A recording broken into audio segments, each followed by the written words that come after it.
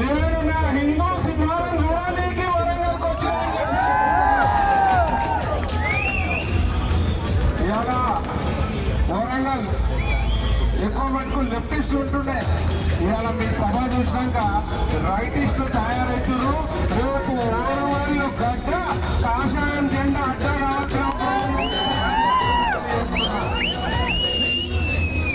ఇలా హిందుత్వం ప్రమాదంలో ఉంది. మొన్న నల్గొండలో చెప్పిన హిందుత్వంతో ముగ్గురికి ప్రమాదం ఉంది అనగానే నా మీద పోలీసు వాళ్ళు కేసు పెట్టారు. నేను తప్పు మాట్లాడినా కరెక్ట్గా చెప్తాను. హిందుత్వానికి ముగ్గురితోటి ప్రమాదం ఉంది. నీచిగాంతో, కమినగాళ్ళతో, ముప్పగాళ్ళతో చెప్పిన. మరి నీచువాడు హైదరాబాద్ ఉన్న బామ్మడి ఓవైసీ గారని చెప్పిన. ఈ కమినగాళ్ళు ఎవరు? సెక్యులర్ నా కొడుకులు.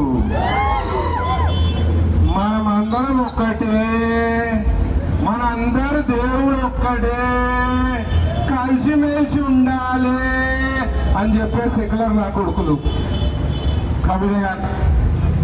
ఇవాళ నేను అడుగుతున్నా, ఓ సెక్యులర్ గారు